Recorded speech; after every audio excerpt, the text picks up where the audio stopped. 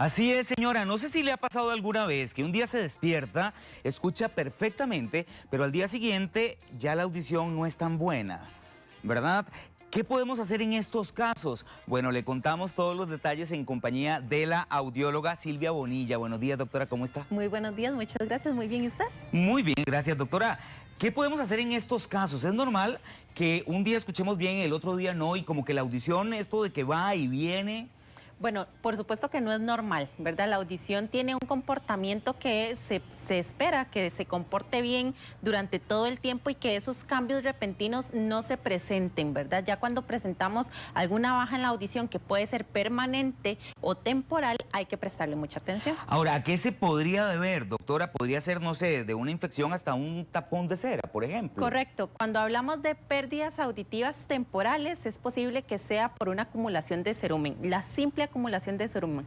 Cuando vamos, por ejemplo, a las piscinas, al mar, y a veces se queda como el oído tapado, eso es muy posible que sea por una acumulación de cerumen y la única manera para confirmarlo o descartarlo es haciendo una revisión.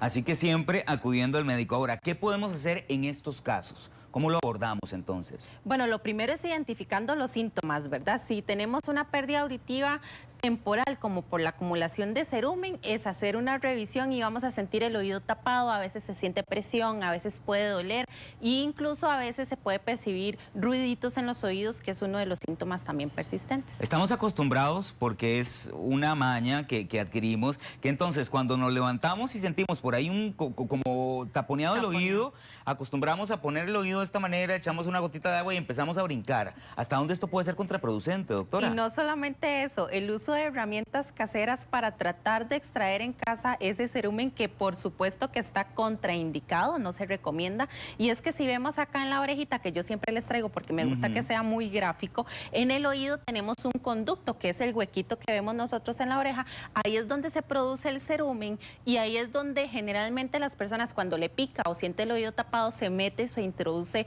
como hisopos o prensitas en los oídos, que es lo que hace o tratan de utilizar para extraer el cerumen, ¿verdad? Generalmente el cerumen se produce en esta parte más externa del oído y está para protegernos el oído, para evitar que entren insectos o que se alojen hongos dentro del oído. Pero si yo introduzco algo dentro del oído para tratar de extraer ese cerumen, más bien lo que voy a hacer es empujarlo a la parte más interna y a veces incluso colapsarlo contra la membrana timpánica. Ahora, doctora, estamos hablando ahora de situaciones específicas. Puede que alguien diga, bueno, pero es que yo no he ido a una piscina, no entiendo que vaya por ahí.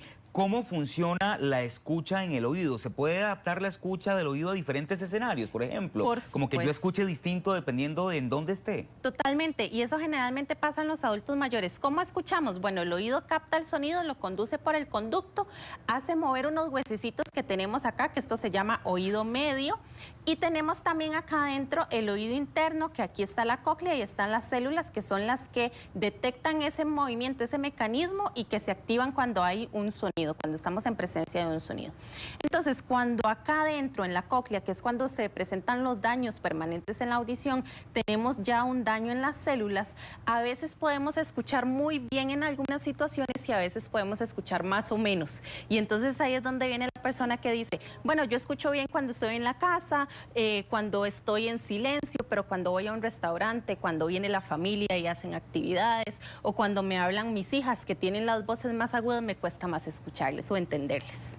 Y eso podría ser normal en situaciones donde uno entonces empiece a escuchar más en un momento y otro. Sé que usted traía por ahí unas en gráficas, no sé si las tenemos, que nos demuestran cómo se va perdiendo la capacidad auditiva, ¿verdad? Correcto. Y que si no se trata a tiempo, esto podría llegar a agravarse con el tiempo. Claro. Ahora, puede ser que se presente solamente en un oído.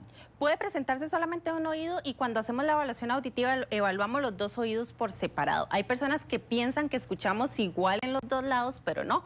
Tenemos una percepción auditiva que puede variar entre los dos oídos, incluso puede variar en tonalidad o en frecuencia. Nosotros escuchamos un rango de frecuencias muy amplio, pero las voces, que son las que escuchamos para la comunicación, están en un rango limitado, y ese es el rango en el que nosotros nos enfocamos cuando hacemos una evaluación auditiva. ¿Cada cuánto yo debería hacerme una valoración auditiva, doctora? Se recomienda por lo menos una vez al año.